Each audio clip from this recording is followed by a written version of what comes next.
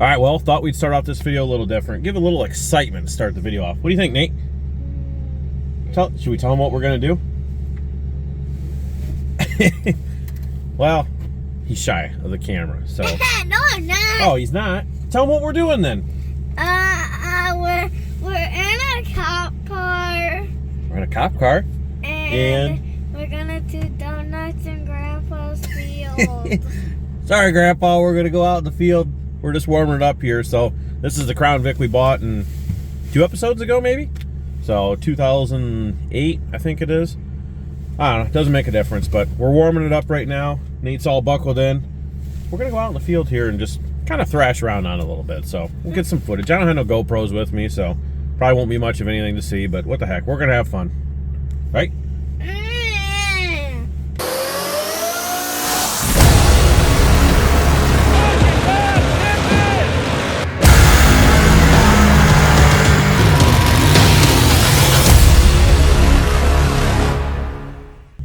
All right, well, remember, there's no reversing this, so we got to make a little detour through my mom's yard. So, sorry, Grandma.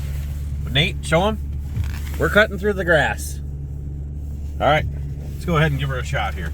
I did check. There is no reverse. Oh, I think we're stuck. Shoot. Well, Nate, maybe we're not going anywhere. All right.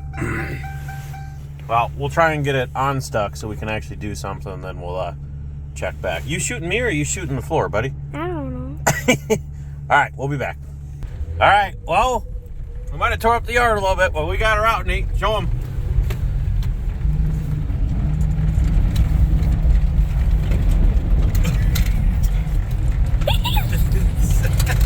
Oh, she's muddy out here. Hey, God.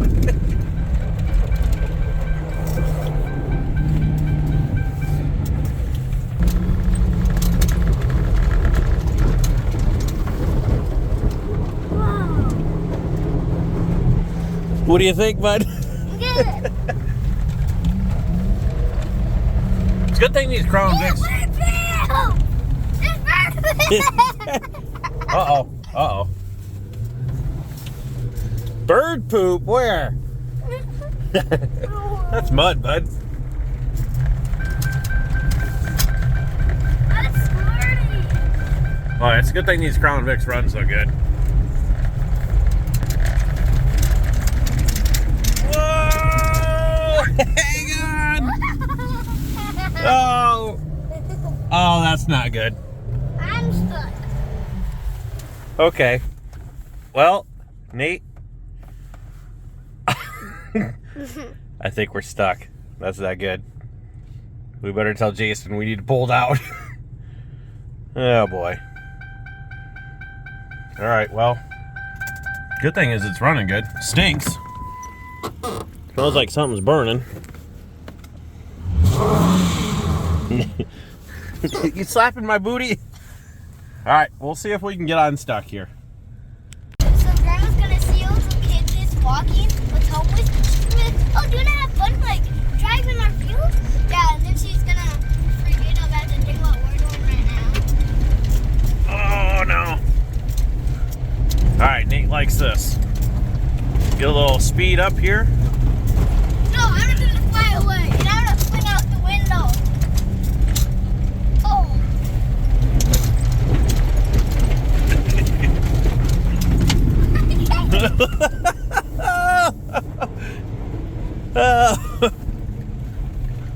Oh, is that bud? Oh, man. Oh, that's making me dizzy. I think I'm gonna throw a ventilator. Are you really? Yeah.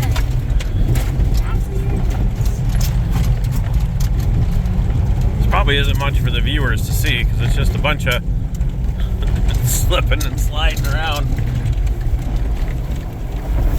Whoa, it's almost like burning out, Nate. Okay, one more time, okay? You ready? Yeah. Maybe. We got to get straightened out. We're going the wrong way.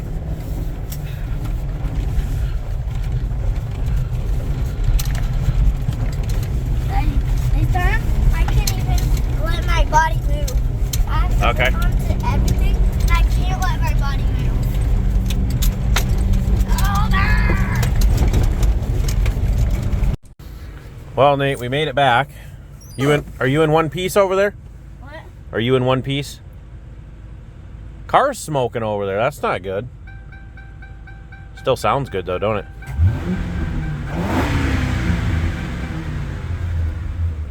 I think Jason's mad he didn't get a ride. What do you think?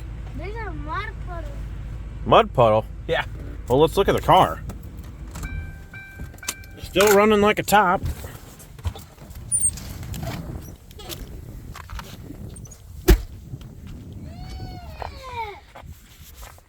What is it, bud? I think the car is dirty. All right, what happened to your side?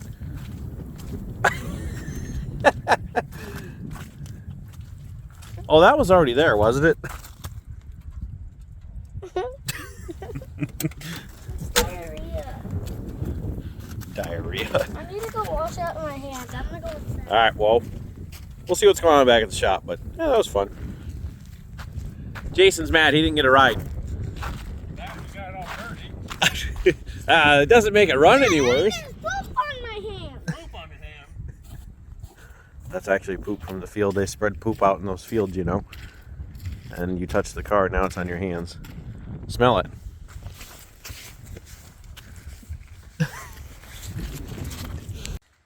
right, so we're back in the shop here, and I am working on the box mounts for the 35 Ford truck, because we got to get this thing wrapped up as much as we can here this weekend, because we got to get lifters put in Death Trap and get that up and going. We got to get working on a motor for Burning Green here, get the vinyl, windows, all that stuff put in there. Time's ticking, and March 31st, April 1st, those 2 days for being at Florida is coming up pretty quick. So I'll show you here real quick what I got. I think I mentioned in the last video, you know, I showed how we've got these blocks. There's a square tube and a piece of wood. So way up in the front of the box there, right where that clamp's holding down, is a pretty hefty piece of angle iron. And the plan is to put these 2-inch riser blocks, we'll weld them off the frame, stand them up. Hopefully that's enough support to support this. We can always add more later, but this will be like a temporary support to at least get the box up there. Obviously, again, we're going to need some stuff to come out and connect the fender, or the side panel that's going to be holding the fender, because you don't want this thing flopping all over. But that could be some simple pencil rod coming off. Okay, so I've got one of the pieces here. Oh, it's still hot. So this is a 2 square. I think it's 4.5 inches, and then it's got this 1/8 inch thick cap on the top. So I got that welded on there. Oh, wow. I'm stupid. Okay, so what I was going to do was put a hole in here with a nut on the bottom, so that way I could drill a hole through that angle iron in the box and bolt it down. Okay, but stupid me didn't put a nut in there. Okay, there might be a plan B here. I might have to find me like a 1/2 inch flange nut and just drill the hole and drop the nut all the way in and then tack it on the top side. Oh, I'm an idiot. It wouldn't be any different than what we did on the Burning Green truck here for the radiator support. I think I did it on the Death Trap new support, but basically like this, where I just dropped the flange nut down in there and then just weld it all around it. Okay, well, now I got to get on the hunt for some of those. It doesn't have to be 1/2 inch. I know I've got some flange nuts, so find something here, get those in there, and I'll give you an update on that when I get that done. All right, buddy. Nate was singing. The music went off now, but all right, we're in the shop here. So went ahead and, as you can see, got the truck lowered back down. I did go ahead and replace these T-bolts up front with some temporary just bolts coming through the bottom and up. Obviously, that will get changed back for the final assembly. Just something quick and easy to hold those there. Got the cab bolted down, so we use those new mounts, as you can see over there, in the back, 2 in the front. And then for temporary purposes, we still have the clamps up front holding down on those blocks, well, 1 block of wood and square tube. And then I have this back clamped down with a couple more clamps on that angle iron to the frame. And I know somebody had asked about the clearance between there. Yeah, it'll probably have to be opened up, and I apologize. I usually try to comment back to everyone, so I will comment back on that video as well. We'll get that opened up a little bit for clearance, so obviously tire expansion, stuff like that. Just didn't want to trim any more than we needed to, because we're not sure how low or how high this box was going to go with Carl's preference on that. And I think that's right where we want it. So yes, we will need some additional clearance. And the body guys were here this morning. So Bill and Wendy were here. They're going to, actually the reason why it's down is because Jason and I are going to get loaded up here. They're going to try and get the hood, which is over there, squared away as far as flattened. Get this driver's side fender, which is a little tweaked. Get that bent back the best they can. We'll get this cut apart, the grill and the fenders. And then try and get this stuff all basically body worked up so that way we can maybe bring it back to the shop here, lay that hood on there like what we were originally going to do. It's just when we laid the hood on there, it doesn't lay flat across the cowl. It was kind of giving me a false reading, so I would just rather not have to make our front brackets and supports twice. So if we can get the body work done, we'll be good to go. What are you doing there, bud? I made a person. You made a person? Mm-hmm. Looks like a weird looking robot thing or something. No, you gotta look from this side. Oh, we gotta look from the other side? What is it, like Wall-E or something? Mm-hmm. So anyways, Jason should be here shortly. We'll get the truck loaded up, get whatever parts here. Let me zoom out a little bit so we can see what we're talking about. Get whatever parts here. I think all of it, actually. That way, just in case Bill needs some of that. I'll get burning green pushed out, snowblower out of the way. And yeah, we'll load up and head down there and drop this off. It's a few days later, and we went ahead and got the truck dropped off down to the body shop, and we got burning green pulled in here. And what I want to show you guys is maybe interesting to some of you guys, and maybe not, but you know what? I'm going to throw it in there anyways. We picked up a new tool for in the shop here. We're testing it out to know if we need to send it back or not, maybe upgrade a little more, but we kind of went with the cheaper version at this point, which was still expensive. So we actually purchased us, well, let's just say the problem we had. You know, the passenger header here would not fit on there without cutting some of this motor plate away. And this was not the reason we bought it, but this was a good case for where we could use it at. So what it is it's an Einstar Shining 3D scanner. So I went ahead and scanned this half of the motor, and it came out pretty good for the most part. And then what I needed to do is scan the header. And to get this stuff really good, you really need this special spray. It's, I don't know, it's like a paint, but it can clean off. It's water-based. It's very expensive, $30, $40 a can. So I'm trying without it. It does not like shiny things, but I was able to put the header up here on the loft and actually hang it from a screw at the top and kind of just went around this thing. The program is very, very particular, again, about shiny things and getting into darker places, stuff like that. And if you have the resolution turned up really high, if you lose, you know, you get, like when I was scanning, long story short, trying to explain this for you guys ever looking to do a 3D scan, you know, if you're scanning like the ports on the cylinders, they're all the same for the most part. So if you don't have a broad enough scan, like say out at this distance, and you're scanning up really close and you go from this port to this port and you lose tracking, it may actually, even though you're scanning, let's just say port 2, it may pick up and think it's on 3, so then you'll end up with a 5-cylinder on this side.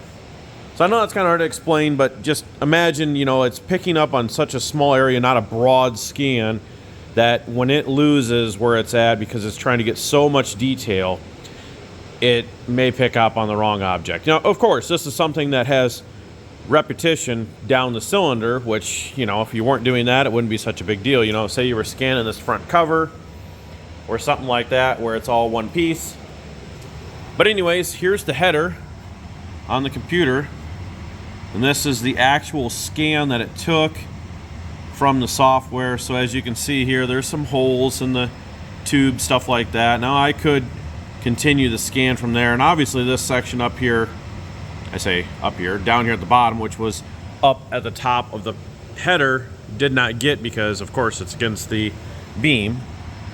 But otherwise, for the most part, it actually turned out really nice, especially if we're not using the spray. So I was pretty impressed with that. You know, I didn't get very detailed down at the bottom, but again, the whole objective of this was basically to get a general concept scan of this so I could put it into some software. So I'll go in the office here and show you on the other computer what we came up with. All right, so now inside the shop computer, I went ahead and actually downloaded Blender. I tried taking this to work and having somebody look at it and see, but you know, when I scanned this portion of the truck, I'm not too familiar with Blender, guys, so I don't know why. Unfortunately, when I zoom out, some of the stuff goes away, but there actually is a firewall scanned in there if I zoom in. That's all right. That's not the portion we're looking at here. But what I was trying to do was have this put into SolidWorks, so that way if I needed to modify anything off of it, I could.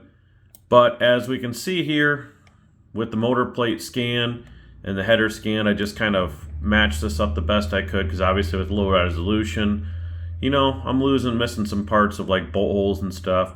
But for a general concept, you can actually see here, this mark, which goes right here. I'll take the header off real quick here. So you can actually see this mark, and that's actually a paint mark, which is kind of neat on one hand. It picked up on that as being like a beveled area, a raised area off the plate, because that's something that we can reference back to. But yeah, as you can see, it's going directly through the upper bolt. There's the lower bolt down here. So this motor plate is going to have to be notched out pretty darn good, to be honest. You know, I do some more looking here, you know, I mean, if we could match something off with, you know, bottom of the head across, you know, I could probably get some calculations or something. I don't know how well the Blender tools work as far as measurements. But what our goal is we have another mid plate here. This one was cut down on this side. The thoughts are you know, this is the plate that's on the frame. What our goal is we're going to keep this plate wider now. I mean, we can trim the top of it up here, angle it down, but then we'll come down here and we can add a bolt here and maybe one, you know, somewhere down in this area as well. So I do have that other mid plate. We'll just keep this one for another project. But yeah, I think we can make that work. You know, we'll just get some measurements on Blender, get some measurements off of the motor plate that's currently on the truck, transfer that over so that way we can notch this new plate down, you know, make it a few inches high and then angle cut up to the top. And we should be set. All right, well, here we go. Adam's visual inspection from the computer to paper. Well, not even to paper, right onto the mid plate.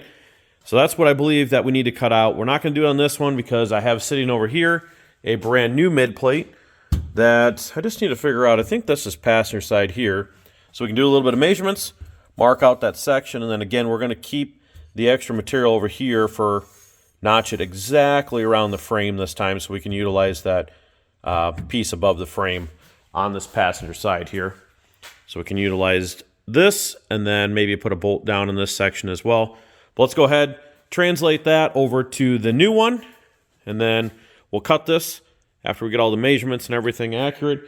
Let's go ahead and roll this on back, and then we'll use the forklift to lift the motor out, and hopefully we can drop this new one in. Obviously, we're going to have to cut all of this stuff out as well. So all the green stuff that is behind there with the original bolts will get cut basically where the black line is. I can always trim more, and then we'll move this tab over from this black line in between there and the frame, so we do have a new pedestal or whatever you want to call it, tab to set the motor on when we go to push it back in. That is the least of my worries. Let's translate this over, pull the motor, get it on so we can get that passenger header hanging up over there, put on. Well, went ahead and got everything cut up, so I'll show you the motor plate now. So as you can see here, this is the new motor plate, which will need trim down this left side. Obviously, it's hanging over the frame. Maybe we can make a nice angle cut up. But at this point, I left that extra material hanging down, so if we needed to bolt there, and then also where the vice grips are, but I've got some temporary, hopefully they're right. I see the ear of the transmission's hanging out there, so we may have to trim that off if my calculations were correct. But yeah, I've got the driver's side bolted in, 2 bolts poking through the transmission crossmember, the motor's sitting here, ready to go back in. So, moment of truth, I don't think I cut too much. I think I may have cut not enough, but we'll put it in there, grab the headers, and see what happens. Holy shit, boys. It doesn't fit, but damn, close. We're literally half a hole off, and it's just hitting on that top tube. Otherwise, the inside tube down there just barely clears. May have to trim that transmission ear off, which, again, did not see that behind that motor plate on the old one. So I'm going to pop this off. I think I'm just going to leave it in there and maybe just hit it with the die grinder and just radius that up just another 3/8 of an inch or something. I'd like to have a little extra clearance. But, wow, that was I don't want to say a damn good guess, but a very precise calculation. So I'm going to go ahead and pop the header out. We'll die grind that out, and then, I don't know. We are going 4-inch, so these are 3-inch collectors.